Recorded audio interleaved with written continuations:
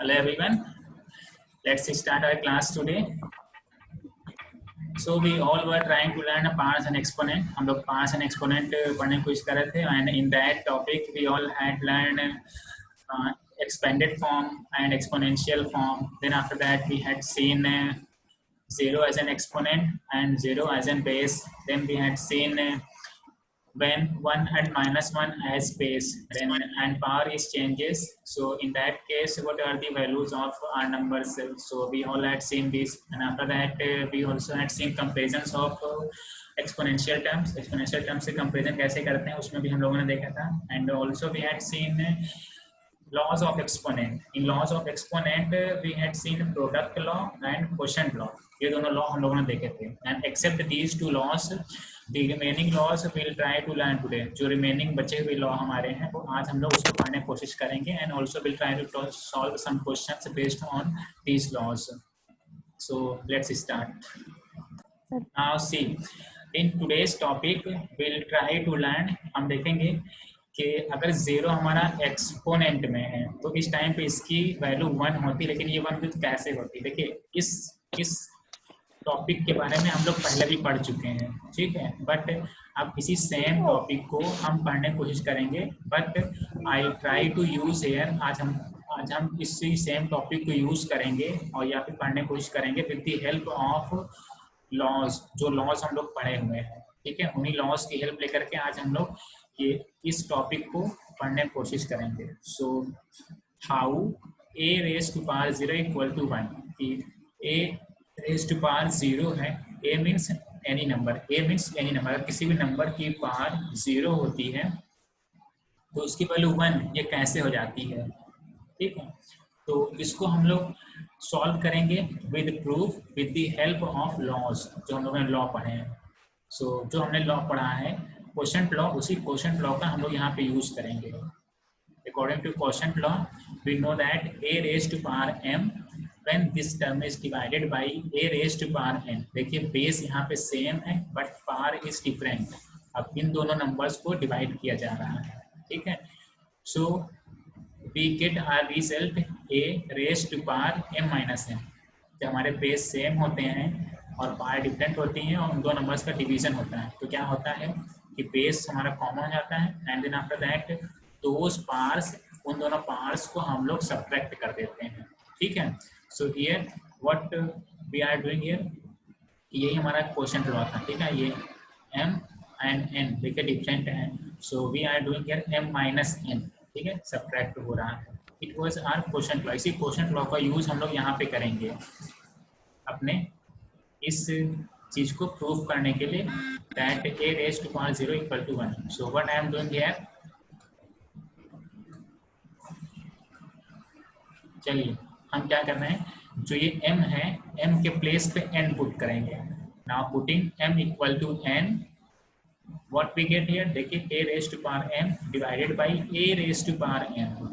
क्या करना है हमें, जहाँ पे n है यहाँ पे n के प्लेस पे हमने m पुट कर दिया, ठीक है. अगर हमने ये सपोज किया है m इक्वल टू n, ठीक है, तो जहाँ पे n था वहाँ पे हमें m पुट करना है. So a equal to a raise to power m minus n. देखिए यहाँ पे n था, इस n के प्लेस पे m पुट कर दिया, यहाँ पे n था, यहाँ पे इस n के प्लेस पे m पुट कर दिया, ठीक है. ये हमने से अभी सपोज किया है कि m equal to n.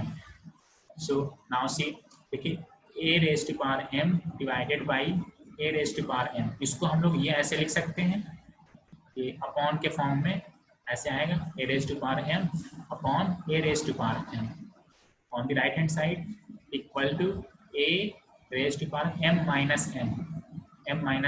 Now see m minus m suppose this is any number, उसी सेम नंबर को उसी नंबर से ही सब्ट्रैक्ट किया जा रहा है, ठीक है. अगर सपोज करिए कि m की वैल्यू 5 है तो 5 माइनस 5 करेंगे तो वैल्यू क्या आएगी, 0 आएगी, ठीक है. सो वही यहाँ पे है कि on the right hand side m minus m हमने किया तो ये वैल्यू हमें मिल गई 0, ठीक है. और इधर लेफ्ट हैंड साइड में a raise to power m upon a raise to power m equal to a raise to power 0, ठीक है ना. a रेज टू पावर 0 हमें यहाँ राइट हैंड साइड पे ऑब्टेन हो गया है. Now see on left hand side a raised to power m upon a raised to power m. That means ऊपर कोई एक नंबर है, ठीक है ना, और नीचे इन डिनोमिनेटर में भी हमारे पास वही सेम नंबर है, ठीक। तो इन दोनों नंबर्स को हम लोग यहाँ पे कैंसिल आउट कर सकते हैं, ठीक है। So after cancelling these two numbers we get here 1, हमें क्या मिलेगा, 1 ही मिलेगा। देखिए कैंसिल आउट हमने किया तो 1 ही मिलेगा हमें, क्योंकि जब भी अगर हम सपोज हमारे पास ये 5.5 है, ठीक है ना, 5.5 है, तो इसको हम लोग कैंसिल आउट करते हैं तो हमें 1 ही ऑप्शन होता है। सो वही सेम चीज़ यहाँ पे भी किया गया है।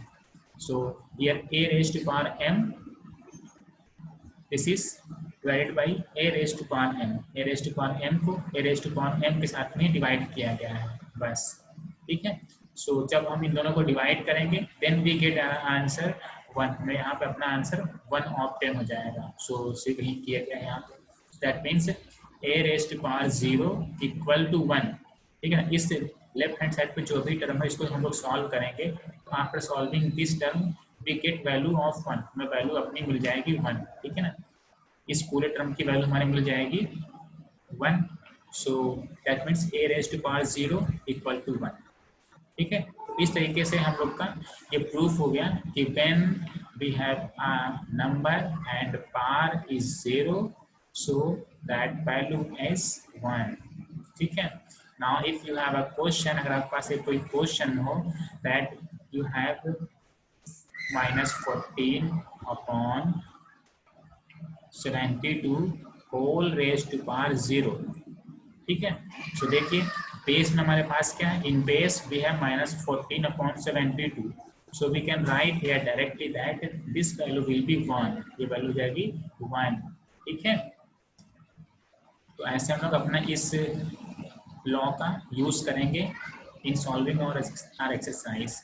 आप सिमिलरली अगर हमारे पास से एक और क्वेश्चन है 2005 दिस पावर इज 0, है ना, it's power is 0, so we can write here that this value is 1, ये वैल्यू हमारी 1 हो जाएगी, ठीक है। बेस कोई भी हो बट पावर हमारी 0 है तो उसकी वैल्यू हो जाएगी 1, वो वैल्यू हमारी ओवरऑल 1 ऑफ 10 होती है। So this is our example, ये हमारे एग्जांपल है बेस्ड ऑन दिस स्टेटमेंट, इस स्टेटमेंट में बेस्ड ये कुछ एग्जांपल्स हैं। तो ऐसे हम लोग इसको यूज करेंगे अपने क्वेश्चंस में।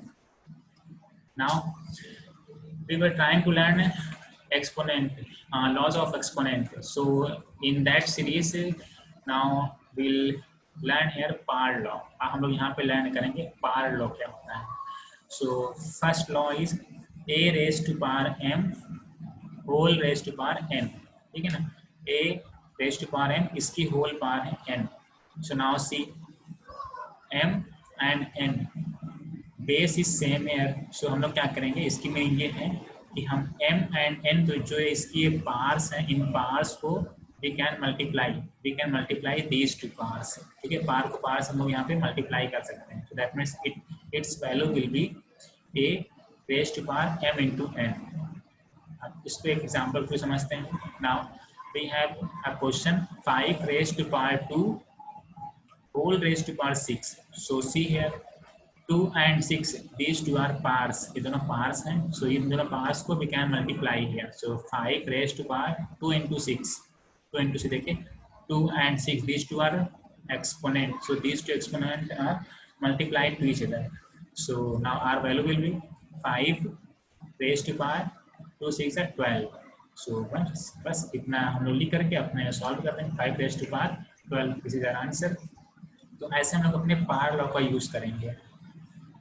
नाउ अब हमने क्या किया है कि जहाँ पे m था वहाँ पे n पुट कर, दैट मीन्स पावर लॉ ये भी है बट यहाँ पे these two powers are same. देखिए a raised to power n whole raised to power n, ठीक है, a raised to power n whole raised to power n, देखिए n दोनों जगह है, तो सिंपल है, यही पहले वाला ही लॉ है बट यहाँ पे ये डिफरेंट ना होकर के यहाँ पे सेम हो गया है। सो यहाँ पे हम क्या करेंगे a raise to power n into n, दोनों पास हम लोग क्या करेंगे मल्टीप्लाई कर देंगे, n into n means n square, ठीक है। तो ये वैल्यू हमारी हो जाएगी whole raise to power n square, whole that means a raise to power n square, a raise to power n square, this is our value, हमारी एक value है। Example now 5 raise to power 6 whole raise to power 6, देखिए 6 into 6 है, that means 5 raised to power 6 into 6. So we can write here 5 raised to power 6 square. 6 square means 36, है ना? 6 square means 36. So 5 raised to power 36. So now this is our answer. ये हमारा answer. So इस तरीके से हम लोग अपना ये पावर लॉ का यूज करेंगे in our questions and also in our solutions of the exercise. Now we all had learned all the laws of exponent. Laws of exponent जितने भी थे हम लोगों ने वो सब पूरे पढ़ लिए हैं. Now we have a new topic. हमारे पास एक new topic है and the name of that topic is known as multiplicative inverse. तो हमारे पास एक topic है that is multiplicative inverse. If you recall that, अगर आप लोग रिकॉल करने की कोशिश करेंगे तो ये टॉपिक आप लोगों ने पहले भी पढ़ा हुआ है. सो बट उसी को हम फिर से रिपीट कर रहे हैं. तो multiplicative inverse this is also known as reciprocal. इसको हम लोग रेसिप्रोकल के नेम से भी जानते हैं. सो व्हाट इज दिस, ये क्या होता है? सो पहले हम लोग इसके नेम में देखते हैं कि पहले आप लोग ये नेम देखिए मल्टीप्लिकेटिव इनवर्स. सो मल्टीप्लिकेटिव मीन्स कि कुछ मल्टीप्लाई का होगा, मल्टीप्लाई के बारे में बात होगी, ठीक है यहाँ पे. और इनवर्स मीन्स अपोजिट नंबर, ठीक है ना. इनवर्स मीन्स कि जो हम लोग अपोजिट चीज़ें पढ़ते हैं, ठीक. अपोजिट, मल्टीप्लिकेशन का अपोजिट डिवीजन एंड एडिशन का अपोजिट सब्ट्रैक्शन. सो यहाँ पर हम लोग की मल्टीप्लिकेशन के बारे में बातें होंगी, ठीक है ना. दैट मीन्स मल्टीप्लिकेशन और डिवीजन के बारे में बातें होंगी. So what is this multiplicative inverse? होता क्या है, एक बार चलिए हम इसको रीड करते हैं. अ नंबर, कोई एक नंबर है, when multiplied to another number, कोई एक नंबर है जिसको मल्टीप्लाई किया जाए another नंबर से, एक और नंबर से मल्टीप्लाई किया जाए एंड रिजल्ट बिकम्स 1. मल्टीप्लाई करने के बाद वैल्यू हमें 1 ऑब्टेन हो, ठीक है. Then it is known as both numbers are reciprocal to each other. तो हम लोग बोलेंगे कि दोनों नंबर्स एक दूसरे के रेसिप्रोकल हैं, ठीक है. ये क्या बोला हमने ये बोला. चलिए एक एग्जाम्पल समझते हैं. Suppose we have to find reciprocal of 6. Suppose हमें 6 का रेसिप्रोकल फाइंड करना है, ठीक है. सो हमने सपोज किया कि रेसिप्रोकल ऑफ 6 इज x. 6 का जो रेसिप्रोकल है वो x है. 6 का जो रेसिप्रोकल है वो x है. तो देखिए हमारे पास दो नंबर है. एक नंबर हमारे पास यहाँ पे 6 है and second number is x, ठीक है. और हम ये सपोज कर रहे हैं कि जो हमारा x है वो रेसिप्रोकल ऑफ 6 है, ठीक है. So according to this definition के अकॉर्डिंग ये हमने क्या बोला है, ये बोला है कि अगर इन दोनों नंबर्स को if we multiply this two numbers, तो मल्टीप्लाई करने के बाद इन दोनों नंबर्स को वैल्यू रिजल्ट देखिए, रिजल्ट बिकम्स 1, रिजल्ट 1 आना चाहिए. तो बस इसी सेम डेफिनेशन को हम लोग यहाँ पे यूज करेंगे. क्या करेंगे, जो x था इस x को मल्टीप्लाई करें 6 से, ठीक है ना. इस x को मल्टीप्लाई किया 6 से तो ये वैल्यू हमारी आ गई 1, वैल्यू हमारी 1 आ गई, ठीक है. क्योंकि ये है, हमने सपोज किया है कि x is a reciprocal, x एक रेसिप्रोकल है. सो रेसिप्रोकल मीन्स कि x इंटू 6 इक्वल टू 1, ठीक है. जो ये 6 था इस 6 को हम लोग 6/1 भी ऐसे नोट डाउन करके लिख सकते हैं. 6 के ऊपर कोई इफेक्ट नहीं है, कोई फर्क नहीं पड़ेगा, ठीक है. तो इसलिए 6 को यहाँ पे 6/1 ऐसे लिख दिया गया है, सिर्फ थोड़ा इसको समझने के लिए. Now see, now we'll cross multiply here. हमें यहाँ पे cross multiply करना. now this one multiply here, this one and this 6 को यहाँ नीचे से multiply होगा, यहाँ पर ऐसे, ठीक है. ऐसे cross multiply होगा. x को हम लोग यहीं पे रख रहे हैं. so now see what we get here, 1 को 1 से multiply करेंगे 1 आएगा और नीचे हमें in denominator we get here 6 into 1 6. that means x equal to 1/6. x की वैल्यू कितनी आएगी 1/6. x वैल्यू हमें ऑप्शन होगी 1/6 है. सो देखिए जो हमने सपोज किया था कि x is a reciprocal of 6. x हमारा ये 6 का रेसिप्रोकल है. तो इस रेसिप्रोकल वैल्यू कितनी आ रही है 1/6. We are getting this value 1/6. So this is our answer, this is our answer. अब इसको आप लोग थोड़ा ध्यान से देखिए, आप लोग इसको ध्यान से देखिए. x equal to 1/6. अब इसमें क्या है, जो ये 6 की वैल्यू थी, जो 6 की वैल्यू थी, 6 की वैल्यू में 6 हमारा किस में है, 6 is in numerator, 6 is in numerator. थोड़ा इसको हम सिंपल करते हैं. तो देखिए जो ये 6 था, जो ये 6 हमारा है, 6 को हम लोग क्या लिख सकते हैं, 6/1, 6 को हम लोग लिख सकते हैं 6/1. सो 6 is in numerator, 6 is in numerator and 1 is in denominator, 1 is in denominator, ठीक है ना, 1 हमारा डिनोमिनेटर में है. सो 6 का अगर हम लोगों ने ये रेसिप्रोकल फाइंड किया है तो ये x था और इसकी वैल्यू कितनी है, आई है 1/6, इसकी वैल्यू आई है 1/6. सो अगर हम कंपेयर करें x इक्वल टू, तो कितनी वैल्यू है 1/6. 1 मीन्स जो डिनोमिनेटर में था, जो डिनोमिनेटर में था वो वैल्यू है, ठीक है, अपॉन 6. 6 मीन्स जो न्यूमरेटर में है, जो न्यूमरेटर में है, ठीक है.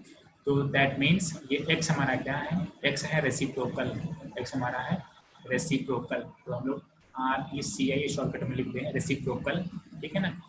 रेसिप्रोकल है ये x, किसका है, 6 का. तो जो भी डिनोमिनेटर में था वो ऊपर न्यूमरेटर में आ गया है और जो न्यूमरेटर में था वो डिनोमिनेटर में आ गया. ये हो गया है कैसे हम लोग रेसिप्रोकल फाइंड करते हैं, ठीक है. आपको थोड़ा इसको अच्छी तरीके से और समझ लें,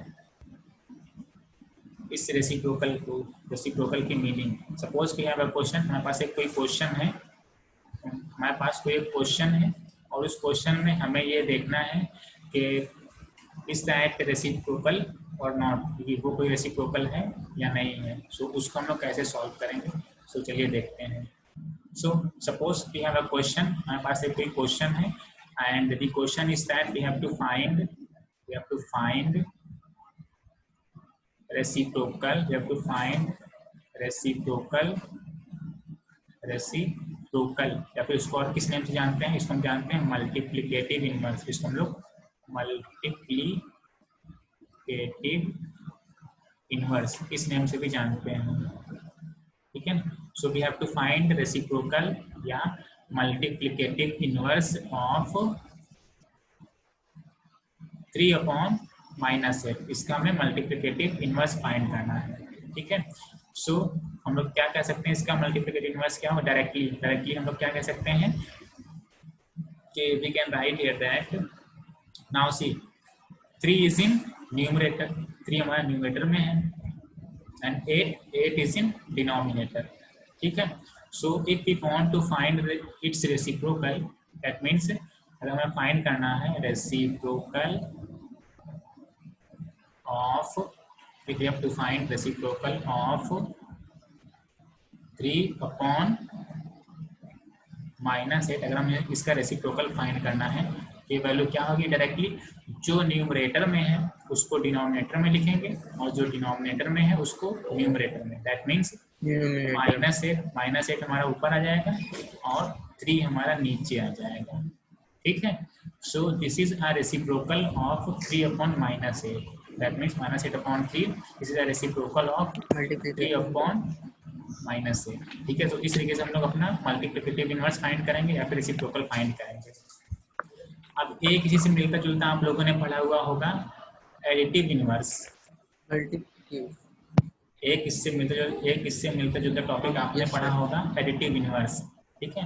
तो थोड़ा उसको रिवाइज कर लीजिए, एडिटिव इनवर्स क्या होता है, ताकि आप लोग को क्लैरिटी आ जाए, कंफ्यूज ना रहे. एडिटिव इनवर्स में हम लोगों ने ये पढ़ा था कि सिर्फ सिंपल्स चेंज हो जाते हैं, ठीक है ना. Suppose we have to find additive inverse of 3/-8. तो एडिटिव इनवर्स ऑफ 3/-8, ठीक है. सपोज इसका हमें एडिटिव इनवर्स फाइंड करना है. सो क्या हो जाएगा इसका एडिटिव इनवर्स आएगा 3/8, ठीक है ना. ये हमारा एक नेगेटिव नंबर था, तो नेगेटिव नंबर का अपोजिट हमारा आएगा पॉजिटिव नंबर, ठीक है. This is our negative number, ये हमारा नेगेटिव नंबर है, ठीक है. तो एक नेगेटिव नंबर का अपोजिट हमें पॉजिटिव नंबर ही लाना है. सो additive inverse of 3/-8 is 3/8. So it was your topic which was related to this chapter, and so in this way we can solve our question related to all these topics If you have any confusion, you can ask me. I'll try to give solution of all your queries. So hope you have enjoyed this. Now, from next class, we'll try to solve some questions based on all these topics which we had learned in these lectures. All the best to all of you, and thank you. Thank you, sir. Thank you, sir.